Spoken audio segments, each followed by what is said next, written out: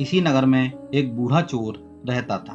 उसका एक लड़का था जिसकी उम्र लगभग 16 वर्ष थी। चोर जब ज्यादा बूढ़ा हो गया तो अपने बेटे को चोरी कराने की विद्या सिखाने लगा। कुछ ही दिनों में उसका लड़का भी चोरी करने में प्रवीण हो गया। अब दोनों बाप बेटे आराम से जीवन बिताने लगे। एक दिन चोर ने अपने बेटे से कहा, देखो बेटा, साधु संतों की बात कभी नहीं सुननी चाहिए। अगर कहीं कोई महात्मा उपदेश दे रहा हो तो अपने कानों में उंगली डालकर वहां से भाग जाना। लड़का बोला, हाँ बापू, समझ गया। एक दिन लड़के ने सोचा, क्यों ना आज राजा के घर पर ही हाथ साफ कर दूं। ऐसा सोचकर वे लड़का राजा के घर की तरफ चल पड़ा। थोड़ी दूर जाने के बाद उसने देखा कि रास्ते में बगल में कुछ लोग इकट्ठे खड़े हैं। उसने एक आते हुए व्यक्ति से पूछा, उस स्थान पर इतने लोग क्यों जमा हैं? उस आदमी ने कहा, वहां पर एक महात्मा जी उपदेश दे रहे हैं। ये सुनकर उसका माथा ठनका और उसे अपने पिता की बात याद आ गई और उसने सोचा कि इसका उपदेश नहीं सुनूंगा। ऐसा सोचकर उसने अपने कानों में उंगली डाल दी और वहां से भाग निकला। जैसे ही वे वहां से भागा, एक पत्थर से ठोकर लगी और वे वहीं पर गिर गया। उसके कानों से हाथों की उंगली निकल गई।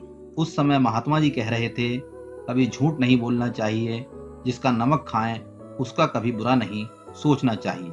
ऐसा करने वाले को भगवान सदा सुखी बनाए रखते हैं। ये दो बातें उसके कान में पड़ी। वे झट से उठा और फिर से कान बंद कर लिए और राजा के महल की ओर चल पड़ा। जब वे राजा के महल के पास पहुंचा, वहां पहुंचकर जैसे ही अंदर जाना चाहा कि उसे वहां बैठे पहरेदार ने रोक लिया और कहा, अरे कहाँ जाते हो? तुम कौन हो? तभी उसे उस महात्मा का उपदेश याद आ गया, झूठ नहीं बोलना चाहिए। चोर ने सोचा, चलो आज सच ही बोलकर देख लेते हैं। उसने उत्तर दिया, मैं चोर हूँ, चोरी करने जा रहा हूँ। पहरेदार ने सोचा कि राजमहल का नौकर ही होगा और मजाक में ये सब कह रहा है, तो उसने भी कह दिया, अच्छा चले जाओ। चोर सच बोलकर राजमहल में प्रवेश कर गया और एक कमरे में घुस गया। जब कमरे में घुसा तो वहां देखा कि ढेर सारा पैसा और जेवर रखा है। उसका मन पैसे और जेवर को देखकर खुश हो गया। उसने वो सब एक थैले में भर लिया और दूसरे कमरे में घुसा। वहां रसोई घर था। अनेकों प्रकार के भोजन रखे थे और उस लड़के को भूख भी लग रही थी। वे वहां पर खाना देखकर खाना खाने लगा। जैसे ही खाना खा के उठा, तभी उसे अचानक उस महात्मा का उपदेश याद आ गया, जिसका नमक खाओ उसका बुरा मत सोचो। उसने अपने मन में कहा, खाना खाया है, उसमें नमक भी है, तो इसका बुरा नहीं सोचना चाहिए। इतना सोचकर उसने थैला वहीं रख दिया और वे वापस चल पड़ा। पहरेदार ने फिर पूछा, क्या हुआ? चोरी क्यों नहीं की?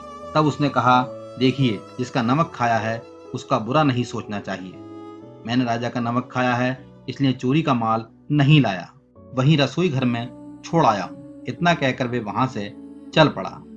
उधर रसोइये ने जब उसे देखा तो शोर मचाया, पकड़ो पकड़ो पकड़ो, चोर भागा जा रहा है। पहरेदार ने चोर को पकड़कर दरबार में उपस्थित कर दिया। राजा के पूछने पर उसने बताया कि एक महात्मा के द्वारा दिए गए उपदेश के मुताबिक मैंने पहरेदार के पूछने पर अपने को चोर बताया, क्योंकि मैं यहाँ पर चोरी करने ही आया था। आपका धन चुराया, लेकिन आपका खाना भी खाया जिसमें नमक मिला था। इसीलिए आपके प्रति बुरा व्यवहार नहीं किया और धन छोड़कर भाग गया। उसके उत्तर पर राजा बहुत खुश हुआ और उसे अपने दरबार में नौकरी दे दी। जब वे 2-4 दिन घर नहीं गया तो उसके बाप को बहुत चिंता हुई कि कहीं बेटे को पकड़ तो नहीं लिया। लेकिन जब 4 दिन के बाद लड़का वापस आया तो बाप अचंभित रह गया, क्योंकि उसके बेटे ने बहुत अच्छे, बहुत सुंदर वस्त्र पहन रखे थे। लड़का बोला, बापू, आप तो कहते थे किसी साधु संत की बात मत सुनो, लेकिन मैंने एक महात्मा के 2 शब्द सुने और उसी के मुताबिक काम किया, तो देखिए सच्चाई का फल मुझे क्या मिला है। दोस्तों, सच्चे संत की वाणी में अमृत बरसता है।